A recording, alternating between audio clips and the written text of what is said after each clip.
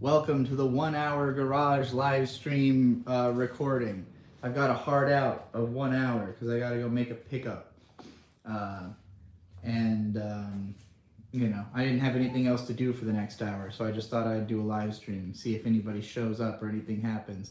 It's 12:30 in the afternoon. I usually have streamed already by this time and midstream by this time.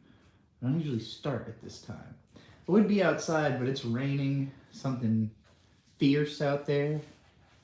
I don't feel like standing in the rain. There's a bunch of birds on a wire out there, though. Check that out.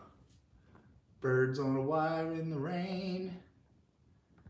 If you end up watching this VOD, I'd like to remind everybody that I have a new channel called We Watch Anime, and by new I mean it's been there for a year and a half and it has a shitload of videos on it. But that's the channel where I talk about anime. And also, I've been putting out a lot of music lately. I got a new song called By Daybreak that I put out the other day. It's got very few views on YouTube, so if you're seeing this, you probably haven't seen that. So, check out my new song. I think it's really good. And I shouldn't have the qualifier that I think it's really good. It is really good. You might not think so, but you would be wrong. So, yeah, check out my new song By Daybreak. Check out the We Watch Anime channel for anime content. I always forget to do these kind of things at the top of the video when, like, the VOD viewers, have much higher of a chance of seeing it before they click away or skip ahead. So, there's my plugs. I feel like I should probably be plugging a bunch of other shit. I see 5 viewers, but I see nobody in the chat. Oh, hey, right as I said that, it shows up. Crowley at 82 seconds ago, huh? Wow, I didn't know it counts like that. For me, it says 2 minutes, 13 seconds. Yeah, I'm just literally gonna stream for an hour to kill time before I have to go pick up some weed. So, I had nothing better to do. I tend to, I'm very much a lock-in type of person. Like, when I'm gonna do something, I'm gonna be doing it. It's rare that I would even do a live stream if it wasn't going to be several hours long, but again, I had nothing else to do, and I figured, oh well, the more I make this casual for myself, the more I think I'll be able to do it frequently. I've already been doing a stream pretty much every day, but it has not been very casual. It's taken a lot of mental energy. I spend a lot of the early part of the day, because I wake up very early, as stated in my new song By Daybreak, wake up early and I slap 3 rappers by daybreak. That is not a joke lyric. That is my real life. I will wake up at 4:30 in the morning to help Bird get ready for work, and then get online and start getting mad at Vito's fat ass who's still awake at that hour. I don't know if he sleeps. I would bet that if Vito slept 8 hours a night, he would lose 20 pounds in a month, because you can't eat when you're asleep. So I think if he wants to lose weight, he's gonna have to start actually sleeping. 4:30 is insane. Sometimes it's 3:45.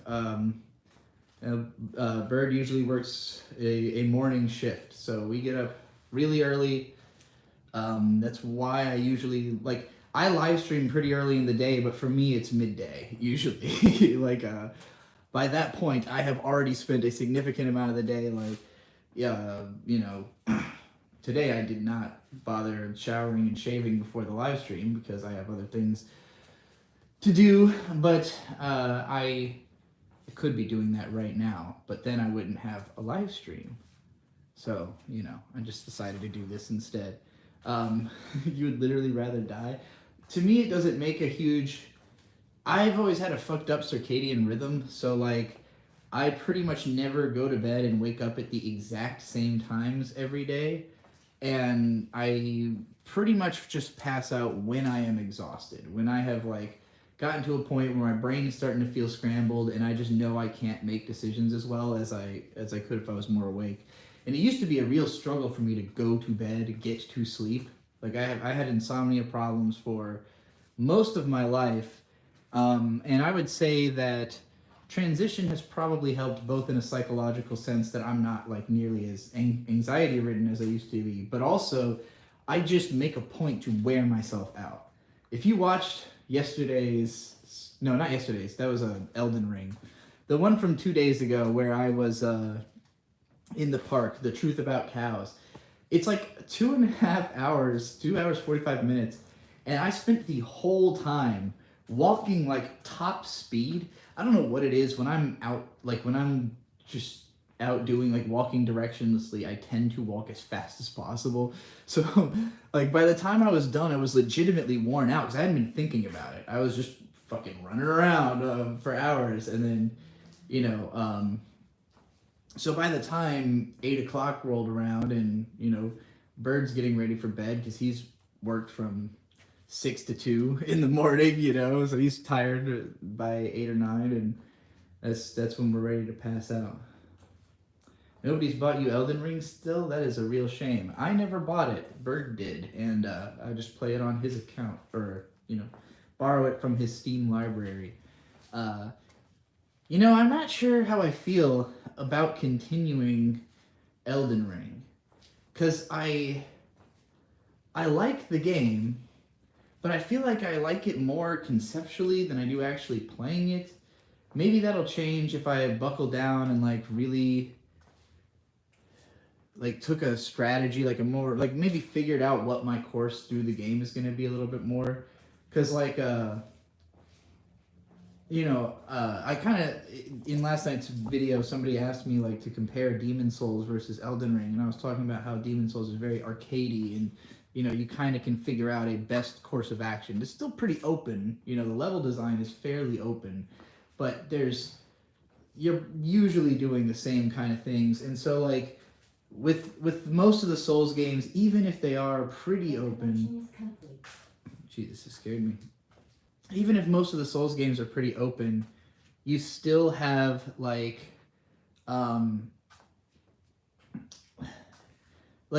amount of like you could just memorize where all the enemies are, like the layout of the world, and plot paths through it very easily without really thinking about it too much.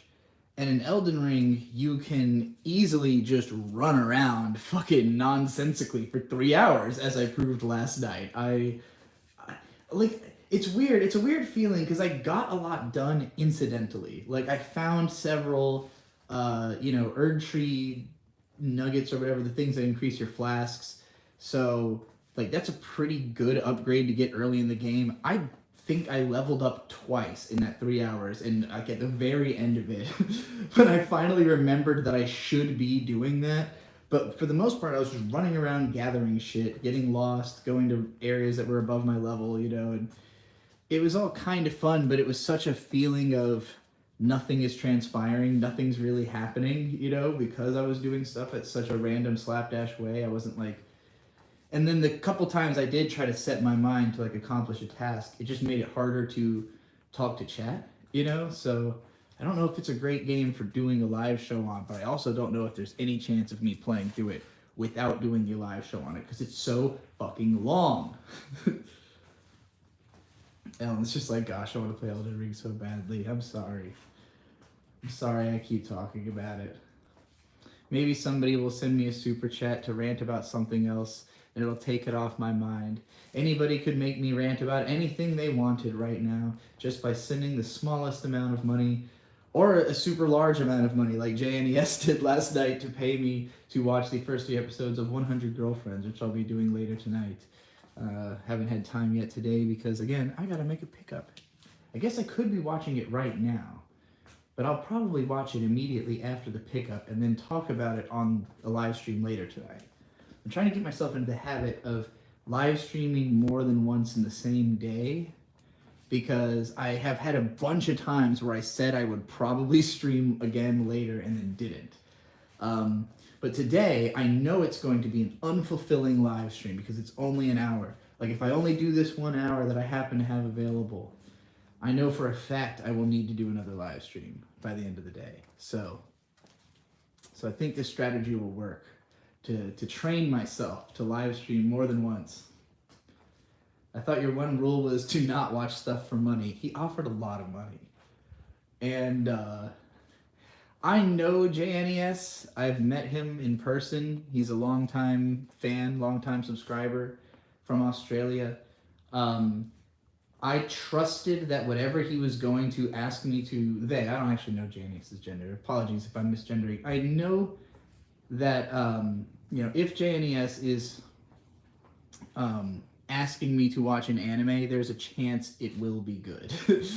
At the very least, there's a chance it'll be interesting, like if it had been, say, Rika fan, who was in, the person whose name is just a dot, that is a person who, back when I had Patreon available to like pay me to watch a certain amount of content, would pay me to watch their videos, which I hate. So it was always just like excruciating. Like I'm trying to put myself through this thing to be able to make a fair commentary, because they're going to be upset if I'm not like addressing the video correctly. But I was just like, man, I should not have accepted money for this. I should have asked for a lot more money for this, What anime was it? 100 Girlfriends That Really, Really, Really, Really Love You. Which my brother Victor said that he really enjoyed. He said it was a sleeper hit. How much is a lot? I said, so the question was, how much would it cost for you to watch, to 3-episode test a show? And I thought about it really hard, and I was like, well, I'm not going to act like I wouldn't do it for $100. The amount paid was like $159 Australian, which I assume is $100 US probably. So yeah, like $100. I think $100 is fair for like an hour of my time. $100 an hour to sit through an anime that I know me having an opinion on it will also make me money. Like, beyond just being paid to watch the show, I will also make money off of having an opinion of the show. So, that makes it worth it for me. June, in here with the $9.99. Thank you very much. First super chat of the stream. Making it all possible. Justifying the entire thing single-handedly. Thank you. Could you give an analysis of a Death Grip song of your choice? There's no good videos on the actual songs out there. All right, well, I'll just go right to the top. The greatest Death Grip song, everyone's favorite, Hacker. Partly because it's one of the ones I know most of the words to off the top of my head, and also it's a little bit clearer in what it's saying. It is kind of just a pastiche of hacker imagery, but the hacker imagery itself, it's very meaning. Each sentence, it starts off with this interesting sound sample where it sounds like you're outside, because you hear like a booming bass that sounds like it's coming from inside a building, and there's like rain. So it's like you're outside of the club about to go in or something, and you hear MC Ride say, "Hey, no ins and outs. You come out, your shit is gone." So it's like, as you're going into this place, it's basically telling you like, hey, if you keep moving back and forth, your shit's gonna get taken, on one side or the other. Going back to Tangier with some Jordans and a spear. So the idea. I don't know if he's got like heritage from Tangier or something, but he's imagining going back to the motherland, back to Africa with, toting a spear like a native, but also wearing Jordans like an American. I think the next line he says like, post Dixon shit. I'm not actually sure what the next thing he says is. And then post chicken of the egg. Or maybe it's post chicken of the egg and Dixon shit.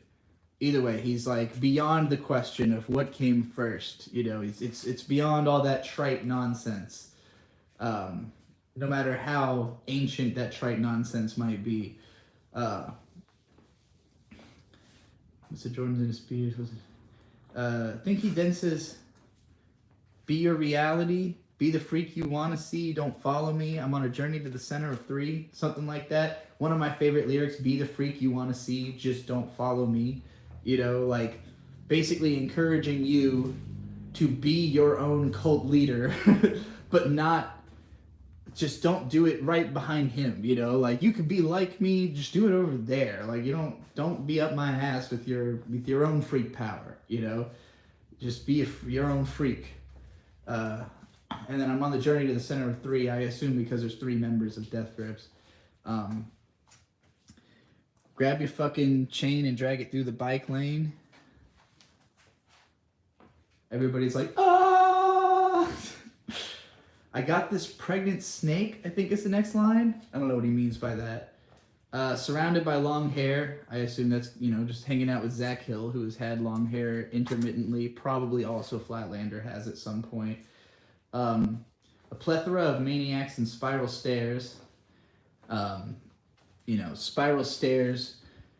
The implication, downward spiral, like he sings about in No Love on the next album. Just, people who are spirally in the mind, maniacs.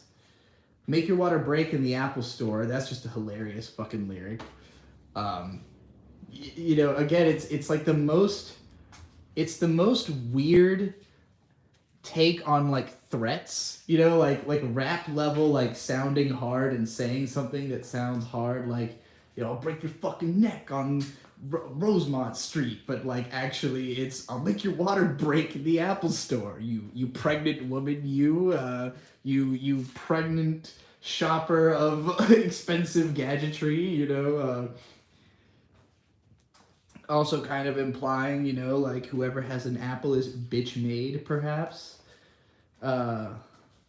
Gaga can't handle this shit. I know I'm skipping a bunch of lyrics because I can't remember exactly what he's saying at every bar. Visit Tesla's grave for the 9th time today. Still on the way. Hacker shit. Come out, your shit is gone. I'm in your area. I know the first 3 numbers, obviously referring to U.S. area codes. 3 numbers at the start of your phone number. Who was it? Ludacris who had hoes in different area codes? I don't remember what rapper had hoes. I got hoes in different area codes. Area codes. I don't remember who did that song. Real quick, we're going to switch subjects over here to this new super chat. £2 from the Mr. Fixable. How do I become a great writer like you? Help plots. I don't think I'm... Well, okay, are you talking about like fiction writing or analytical writing? Write everything that comes into your head all the time. Just constantly pen things down. I think there's a level of internal writing, externalizing through, whether it be through typing or through verbal, right? Just saying the things that you're thinking of. When I'm talking like this, I'm kind of thinking and speaking at the same time. I'm not like preloading sentences in my brain and then saying them. They're just happening. But if I was typing, like that could still be happening, but then I can stop and I can reconsider what I'm about to say, or just think about what is exactly the word I want. And the more you do it, the faster you get at it. So, I write at a speed that feels like speaking almost, but it's just like cleaned up, like something that might take 15 minutes to read might take me an hour and a half, 2 hours to write, but like, which is very fast for that amount of text. So to me, that's like, what? I'm talking about a 1/7 of the speed. So it's a lot slower than speaking. But the impact is dramatic. Like the amount of difference it makes to be prepared about every single thing you say instead of, direct brain to paper. But like, again, my writing does feel like that. It feels stream of consciousness. It feels like I'm typing as fast as I can. It's just that every so often I'm stopping, thinking about it, and then continuing, or maybe I finish a paragraph and then I get up and go think about how the next paragraph starts, or maybe I do preload the entire thing before typing it. Like I might just think really quickly a whole paragraph, in a couple of seconds, like, because you can type a lot faster in your brain than you can with your fingers, So I might hear the whole paragraph and then go write it down, and change a couple words here and there as I go. Or I might be continuing to hear it, so I just keep typing, You are talking about fiction. Well, I mean, I thank you for the compliment. I don't consider myself a great fiction writer. I think I have a lot of weaknesses that mostly come from not reading enough. Like, I'm just not a very big reader. I'm not good at using like descriptive language. I'm good at making references to things that I think the audience is already going to know. So that's why my books are so heavily referential of anime and light novels. Like they're written for the audience that I know is going to experience them, not really for anybody else. I cannot imagine my mom getting anything out of Kusomega. I think she would enjoy my writing, but I don't think she would understand what the fuck the story is about, because if you've never seen an isekai, it doesn't mean anything. The story is about isekai. So I think that, that my writing, if you like it a lot, I do think it's heavily dependent on it being written for its audience. Especially in the case of Kusomega, that one is based on a YouTube comment. It was just a guy said, wouldn't it be funny if there was a light novel about a author getting sent into his own, or like sent into one of these books and realizing that it sucks. And I thought, oh, what if it was his own book, and he knows it's bad and kills himself to get, to get away from being a bad writer, only to end up in the world of his bad writing. So it's like extra tragic, So that's how Kusomega like came together.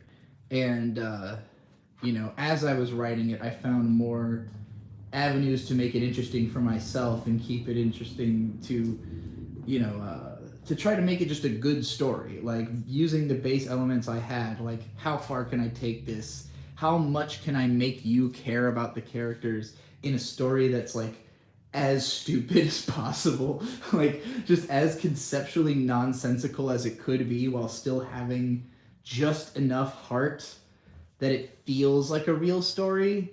That's what I try to go for, is like mostly I'm making fun of how easy it is to like write a story, but like incorporating as many just ridiculous ideas as possible to keep it interesting for myself. Because I don't know, when I was a kid, I definitely had the mindset of like, I see something cool and I want to do exactly that. And now if I see something cool, I'm like, oh, well now I can't do exactly that, but I want to incorporate it into my overall, sense of how I do things. So like maybe I would discover something new now and think like, oh man, I wish I had spent the last 10 years developing that skill set, but I don't have it. So I'm not going to now spend the next 10 years developing that skill set. I'm just going to see what aspects of this can I copy into what I do, So like, as a light novel writer, I did build that skill set. I had been trying to write that type of fiction since I was in high school, being probably one of the first people in America that knew what the fuck a light novel was, because I was reading Boogie Pop in like 2004. So, besides obviously the translators and people like that, but people in the industry or in Japan, with experience in Japan, I mean. So yeah, like I think that level of experience of like continuing to try at it will keep growing you. But for a lot of that time I was just copying other stories. So like as a kid it was Zelda or Golden Sun, like the first time I tried to write an actual book, it was just a dead ripoff of Golden Sun. Just like a really bad trite version of Golden Sun, called Golden Fantasies, named after the fact that, Golden Sun and Final Fantasy were the two JRPGs that I knew about. And I'd never even played Final Fantasy yet. So that was Golden Fantasy, my first attempt at a book. I wrote like hand wrote on lined paper, like 22 pages or so, I think. Awful writing. from a, like, you know, middle schooler. But that experience and like the belief that I could do it because I was seeing, you know, seeing the stuff happen in my mind and writing it down just made me think, well, I can do this. I can write. Then I spent 10 years challenging that notion by usually just finding whatever I was writing to be bad. You know, I could start writing and then just be like, wow, I just am not, I don't know, I just didn't understand how stories work. I hadn't lived enough stories. I hadn't been through enough. I hadn't experienced enough stories. I hadn't studied enough stories. I just didn't get how to do it. Like, I knew what the main beats are and that I wanted to reach these beats, but what do you actually say to make that stuff happen? What do you actually write? That's the difficult part to me, you know? And I still really struggle with that. It's why my books are all so unfinished, is that I get really hung up in like, well, how is this gonna happen? You know, like, I know what is supposed to happen. And a lot of the time you just gotta fucking start putting words down, you know? You just gotta be like, okay, well, I know at some point the guy's gonna look at the other guy, so I'll write, he looked at him, you know? And then, all right, well, what would happen after he looks at him? I guess then he would probably think that was a weird look, so he'd say, wow, that was a weird look, you know? And then the other guy would go, oh, what was so weird about it? And he goes, it's just the way you're eyeing me. It seems like you might want to fight. And he's like, well, maybe I do want to fight. Now they're fighting. Okay, I did it. I got them to fight. Fuck, you know? That's what it feels like sometimes to write. Golden Fantasy sounds like it could be an Ubi Echo spin-off. That might actually, isn't that, it's like Golden Fantasia, right? Is the name of the fighting game, I think. It's very cute, very close. Sorry, I said cute because I was reading that word. Trixie demonstrated the best way to become a great writer is to use the words cute elf waifu. Yeah, it's really that easy. Well, and that's so light novels, what intrigues me about them is that they really do, they rely on the idea that the audience is just going to fill in the blanks themselves. Like, traditional writing usually describes more of the, like, tactile experience of things, you know, like the sensory experience of, like, literally, what does it sound like? What does it feel like? You know, what's the air pressure the characters are experiencing? You know, like, there's much more of that intimacy into the setting because it's trying to feel real and it's trying to put you into it. And, like, with light novels, they're not trying to feel real. They're trying to feel like anime. They're trying to feel like a ridiculous fantasy story. And so they leave a lot more room for you to just decide what the shit looks like. You know, it'll be like, and then they emerge into a big open field. And, like, what is your impression of a big open field? And it's funny because when I read light novels, I don't tend to imagine anime.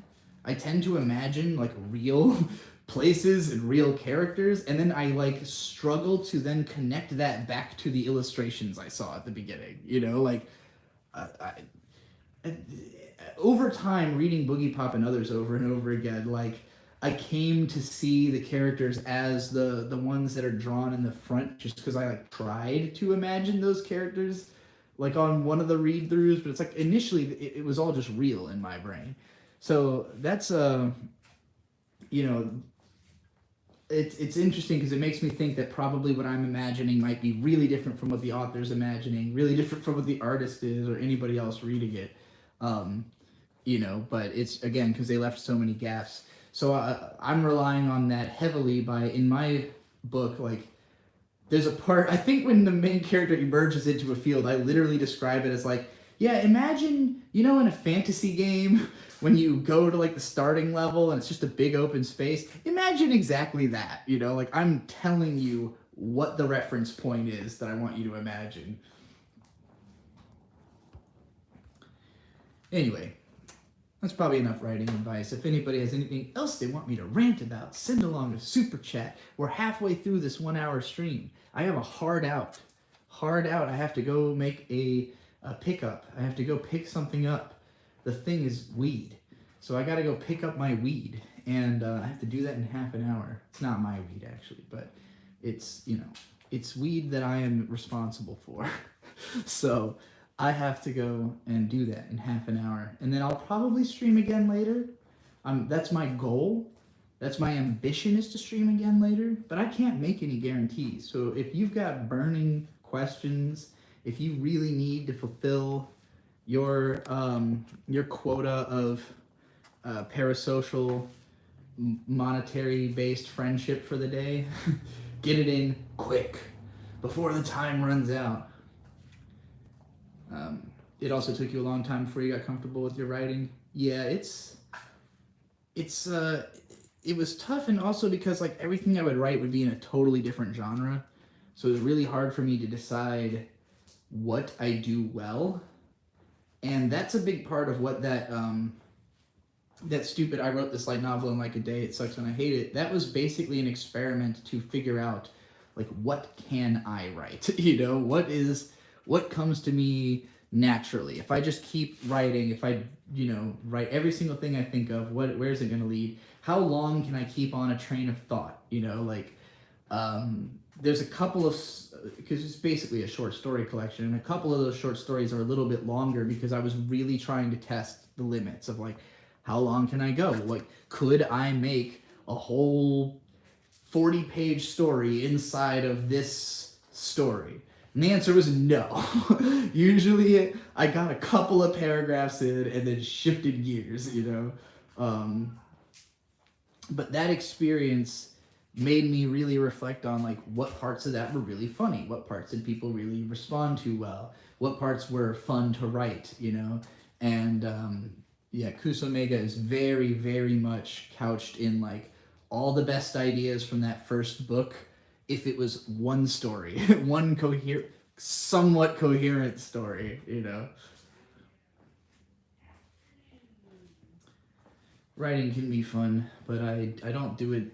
I don't do nearly enough fiction writing to really call myself like a fiction writer. I don't see myself that way because I just do so much more analytical writing and talking, and so much more personal gonzo type stuff than I do fiction. And I've kind of been stuck on the same two fiction stories for years now, like, I guess it's always like that. I tend to, like, I'll have a really strong idea and I keep working on it until I hit a wall, and then I kind of obsess with it for a long time because I don't want to start a new project and then abandon that one.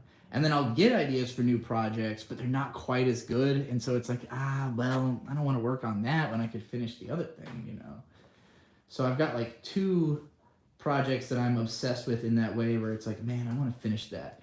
And then I've got a bunch of like random little things I started, frittered with for a day or two, little pieces of light novels. Hey, I got $5 from Cosmic Blue. Sorry, I almost fucked up your name. Thank you. What is or are the worst sins an author of a show can do that shows they think the audience is dumb? Oh man, there's so much. I mean, a big part of it is just feeling the need to like explain what's happening in the dialogue. My granddad, he watches a lot of TV in the middle of the house, and so as I go to the kitchen and stuff, I'll see, the shows he's watching. And there's some show, I don't know if it's literally called Major Crimes or if that's just the name of the TV block, because most of what he watches is like crime shows. But it's the one that comes on early in the day is just cornier than fuck. And the characters, sometimes I swear to God, the shit that they're saying sounds like something that someone in the writer's room said about like what needs to happen next, and then they just wrote that. Kind of like what I was saying before about when I said, if the guy needs to look at the guy, you can just write like he looked at him, have the characters start interrogating one another. There are scenes where they'll be like, a character will say like, well, he needs to say this to push the situation forward. I'm like, wait, what? That sounds like a conversation about the writing of the show. That doesn't sound like things people say to one another, So I get some of that where it's like they're telling you the themes, they're telling you how characters feel instead of just letting you experience it, For an example of great writing, I talked about this on the latest Manga Monday. There's a manga called Famires Iko, which just means like let's go to the family restaurant, and it's a very like slow, dry, kind of moody comedy. And it's set in a family restaurant. It's like the main guy is just kind of a bored, disaffected 20-something, starts working at this place mostly because there's a guy who works there who he just kind of thinks is cool. I could not describe to you exactly what this guy feels about the other guy because it's never been stated. They've never said, he's never like had an inner thought bubble where he goes, wow, that guy's cool, I'm gonna come work for the restaurant. It's like there's a scene where we watch the two of them interact, we see the way that the one character is looking at the other one, and it's a very guarded attraction where like it's obvious to me as a reader both that this guy likes the other dude and also that he doesn't want to admit it or isn't like fully clear on it to himself. But it's like a attraction of, this guy is just he's a person who's got a lot of verve for life. He's a guy who's excited about stuff. He's just a passionate dude. He's got like band t-shirts. He talks about shows he likes. Just like a guy who's having a good time. And the other guy, being very disaffected, just kind of gravitates to the fact that this dude cares about something. Like, that's my read on it. Again, none of this is spelled out in the manga. The characters aren't saying how they feel. It's just evident.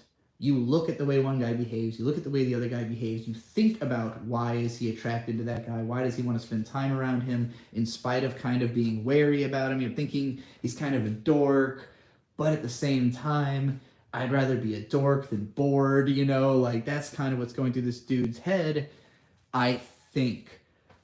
But the actual dialogue is just funny shit. It's just these guys having conversations. It's just, people hanging out at work. There's a whole subplot about a manga author and his assistant. And there's never a part where they're talking about how stressed out they are because the deadline is coming. But there is a part where he's on the phone with the publisher and he's like, oh, you think a crowd shot would be better for that? You say 100 instead of just 10? All right. Well, and he looks over at the assistant, and the assistant's shaking his head, and then he's like, we'll do it. And the assistant's just like, head desk. Good comedy writing. It's not, oh no, we're so stressed out because the deadline is coming. Like, that is just demonstrated, So yeah, not explaining emotions, but showing them as you say, cosmic blue. That is a huge part of it. And not just emotions, but also like the story. If you can communicate the story without anybody saying what's happening, that will always help, like it should never be someone sitting down. Like I'm just very anti-exposition, and I don't think exposition's inherently bad because sometimes you're just trying to keep a fucking plot moving, and like just dumping a little bit of knowledge can help. But you really got to be clever about how you incorporate it. And the more lazily it's done, the more it just takes me out of the experience. If characters start talking about shit, I'm just like, yeah, whatever. Like, shit I don't care about because it's just trying to give me information so that I will care about something else later. But, like, I want to care the whole time. I want to care every step of the way. I don't want I don't want to be interrupted and have my mind wander because the conversation's gotten boring inside the show. And that happens to me very easily because I have a short attention span. So, if I feel like I'm never quite sure what's happening and I'm always having to think about it, that helps a lot.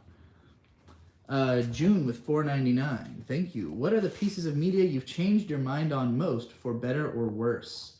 I'm sure I've brought this up before, but Ghost in the Shell always comes to mind first because, my first exposure to Ghost in the Shell, I caught like a couple tiny glimpses of my cousin watching it when I was like 8 or 9, and I could tell it was way too, way too violent, way too sexual for me.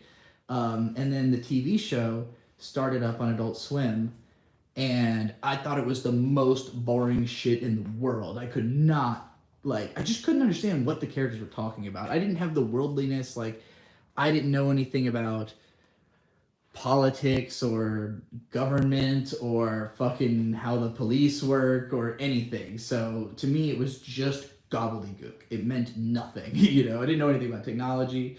So when I was like 17, I tried to watch it with my friend Don-san, who, you know, was like, this show is amazing. How could you not like it? And we made it like 8 episodes in, and I still was just not into it at all. And I had the nerve to call it ugly and boring. I wrote like a whole blog post about it on my old blog. My Sword is Unbelievably Dull. I'm sure you can still find this stupid ass, like 2008 Ghost in the Shell post I wrote. And yeah, I was just like, oh, it's boring, it's ugly, I hate the Major's outfit. You know, and I just couldn't keep my brain on through that show. And then the biggest change that happened, besides me just like growing a bit older, you know, seeing a lot more complex media, learning more about how the world literally works, traveling, you know, just experiencing things that made me level up a little bit in adulthood. And then I had never had any interest in sci-fi at all until I was like 21, maybe 20 or 21, and finally played the Mass Effect trilogy. And it was just because my mentor, Ghost Lightning, was really into it. And he kept talking up how cool the lore was and all this shit. And I think just because of the fact that it's like a cover shooter, which is a style of game I was very used to. You know, I played Gears of War and other shit like it. So I gelled with the combat, and that let me explore, you know, the game, its world, its characters, and I loved the dialogue trees. I loved just like talking to all these fucking weird aliens and learning about their world and lore, you know? So playing through the Mass Effect games was like the first time I was like, wow, political sci-fi can be interesting. I can't believe it. And then it was kind of like, it was kind of a feeling like I had leveled up in the maturity of content that I would want to appreciate. Like I came away from Mass Effect feeling like, well, I know there's a bunch of other stuff in that vein that I just assumed I wouldn't like, but now I'm going to reassess. Like Legend of the Galactic Heroes, you know? I only ended up watching like 20 episodes maybe at the time, you know? But like, I liked it. You know, I quickly realized, oh, this is good and I will enjoy this. And I'll probably only enjoy it more the more I understand the world and politics and all this kind of stuff. And, you know, I do think there are still stories, maybe not in anime, but there are definitely still stories that are like above my reading level. Actually, Concrete Revolutio. That's an anime that is just above my reading level because I don't know enough history. I don't know enough of what it's referencing, and I just feel lost when I'm watching it, you know? So there are some works that are just like too much for me to process still. But Ghost in the Shell is the perfect example of one where, you know, I came back 2014. You can see my Ghost in the Shell video where I'm like lavishing praise on the franchise for an hour, you know. Yeah. So you couldn't get past the one where they're in VR roundtable talking about the Laughing Man. It's completely incomprehensible. I remember enjoying that when I ended up getting to it, you know, in the show. But like, again, my mindset changed dramatically about how I watch anime, and it still is. It's still always evolving. I think actually, I will say a huge problem in media criticism is, and especially actually of my criticism from the past, is a feeling of entitlement towards the work, like speaking to you, that like if it can't reach me, that's its fault. And I think everybody has a different amount of like how much work they're willing to put in on their end. And, you know, for me, it's like when I start putting in that work to understanding the show, that's often when it starts breaking down, and that's why I end up, you know, really talking shit about it. Like if I force myself to watch something bad, I'm really gonna shit on it, you know, because I had to put myself through that. I really did try. But usually I'm just gonna, you know, if I stop enjoying something, my brain shuts off and I stop caring and I just kind of disengage. And I think even with shows that we like, it's very easy to momentarily let that happen, to just like lapse in and out of like, oh, I don't really care about this character, or like, oh, they're talking about something boring, and you just kind of haze out, or you got a lot on your mind. 22 minutes is a long time to pay attention to one thing. It's very easy to mentally skip over little bits of shows, or just not be, stop paying attention because you can't tell what's going on anymore. And most recent example of a show where this happened to me a lot, Jujutsu Kaisen, because there's just so much to keep in your brain if you're trying to follow like actually what's happening, like visually what's happening, easy to follow. Guys are beating each other up and it looks awesome. So whenever there's a big fight happening, I'm like, this is the coolest shit I've ever seen. I love it. And sometimes, when a big conceptual thing happens that has, real emotional ramifications, it's awesome. But then there's parts where like characters are just explaining like why the thing they just didn't do, the thing they just did didn't work. Like, we tried to use the ultimate spell, but he has this ultimate barrier, so ultimate spell was, and then they have to go on for like 15 minutes about what that means. For a lot of people, that is the appeal. I think that's what Bird likes about Jujutsu Kaisen, is all that checking boxes, all that going back through and making sure that every single new step is logically justified. I couldn't give less of a fuck, about all that. I'm just like, what is the emotions? What is the core? What is the point? I don't care about the logic. But I appreciate that style of viewership because I also see it as like solving a puzzle. Like there is an appeal to keeping everything in your head, rechecking it all back, seeing if you and the author are like on the same page, kind of comparing notes of your understanding with the story to what's happening in the story. So I appreciate it, even if it's not like always the way I watch shows. But the more I see other people and what the appeal of stuff is to them, the more I feel like I have to be patient with it before I talk about it. I think people bring a lot of ego into reviewing stuff where they're like, well, this thing didn't satisfy my every need, so therefore it's not perfect.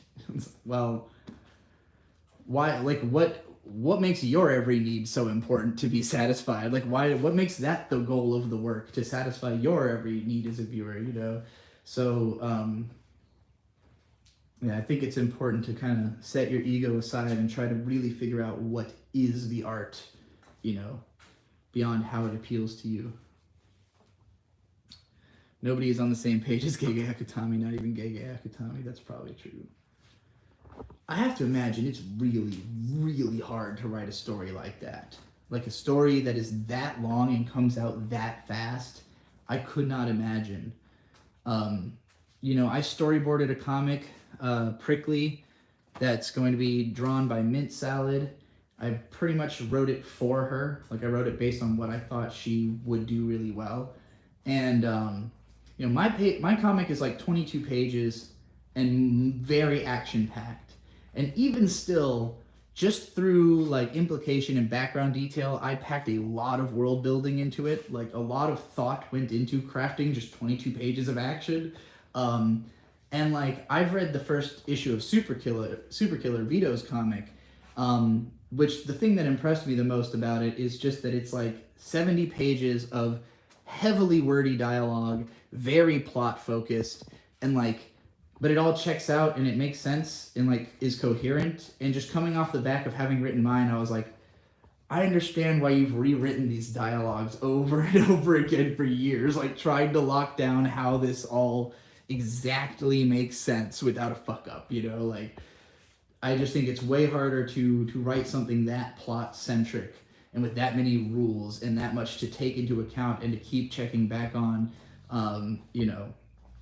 So if there's holes in Jujutsu Kaisen, not a surprise, but it's impressive how much has been accomplished.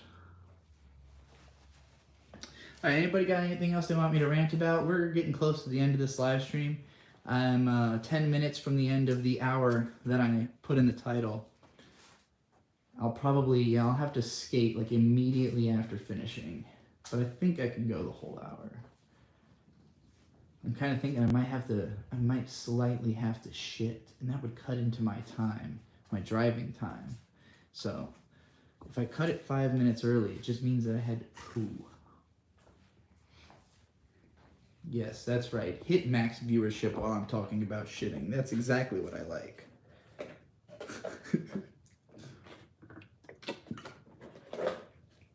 I'll rant about anything for any amount of money. Just as long as you can get it in within the next 10 minutes. Otherwise, you're waiting until later tonight when I maybe stream again. Probably stream again. I like streaming. Roger Ramos with $2. Thank you very much. Rant about how the nuclear bomb changed our culture. Well, I think it pretty much... This isn't a likable answer, but I think it may have brokered peace, or at least the concept of peace, because of the realization that we could literally annihilate everyone. And all it takes is an escalation of threat, right? Like, I think, you know, Parable has always taught us that, like, violence begets more violence, you know, you keep bombing back and forth and eventually everybody's dead. Like, people understand that on like a emotional level, but it became literal. It became like, no, actually, everyone will die. Like, scientifically, we'll all die if we escalate threat too far. Well, like, how do you decide what is too far? How is too much of an escalation of threat? How by proxy is too by proxy? You know, how many veils do you need to hide behind to continue vying for power in a world where peace is the obvious solution for everybody but you who has power and needs to maintain it through conflict? So, like, I really think everything since the bomb has been, like, the common person just innately understanding that peace is obviously, like, pretty much since the hippies. Since the hippies, it's been like, oh yeah, you know, obviously after the bombs, we still didn't get it. We didn't know what, like, war looks like. But the hippies, they were like, hey, war bad, we should really cut it out. It's not worth it. It's not worth the human cost. And the billionaires went, shit, they're not going to fight for us anymore. Time to go fight proxy wars somewhere else. And that's all it's been since, is proxy war. An endless, cold proxy war between the powers of power. All right, June with $2 says, what would your dream project be and do? What would my dream project do? Well, my dream project, probably to maybe some kind of basically a desert party, like a big desert party. If I think about, like, what do I want out of life right now? Like, I spent a lot of time obsessed over, like, trying to make a magnum opus type thing.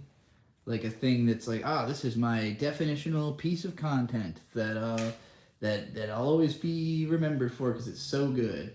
And as I started, this kind of happens to anybody who creates enough stuff and not all of it is successful, you realize that, like, what you feel about your creation has nothing to do with how successful it's going to be.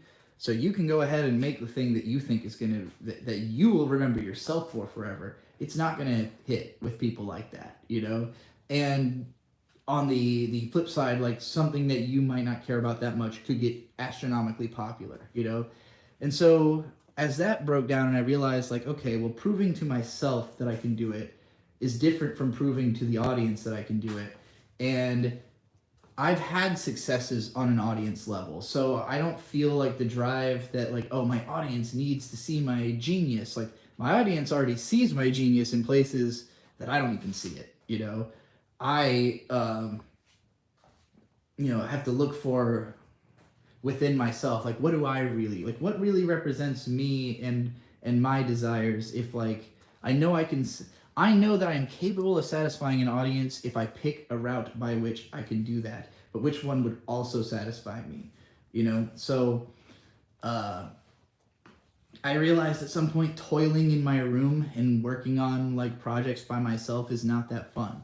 I prefer doing stuff with other people. However, I don't really like working with other people that much. I like working around other people. I like being in an environment of creativity, being, you know, where people who are like me are and doing fun, creative things in that space.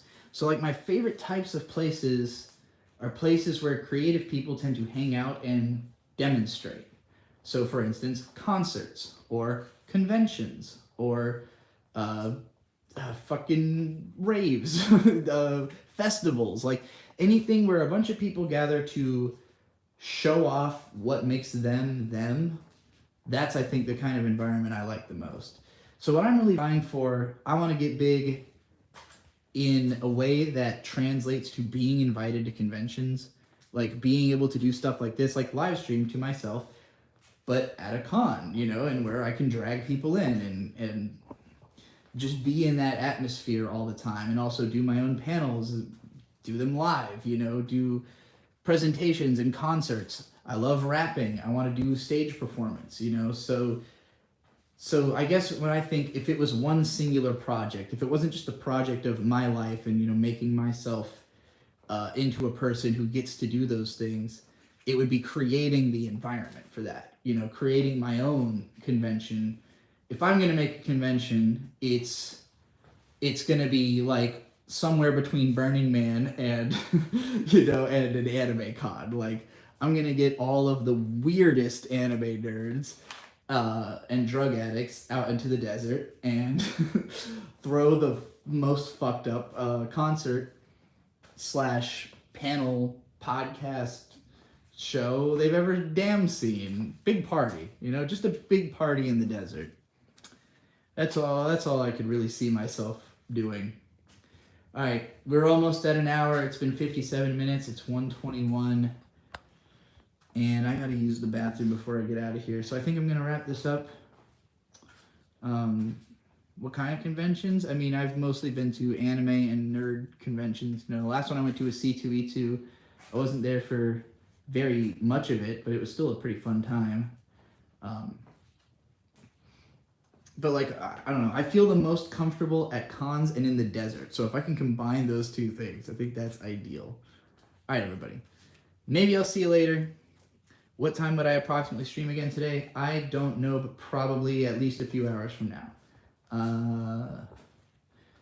We'll say minimum 2 hours from now, maximum 5 hours from now. Any later than that, I'm probably not streaming. So, yeah. All right, later.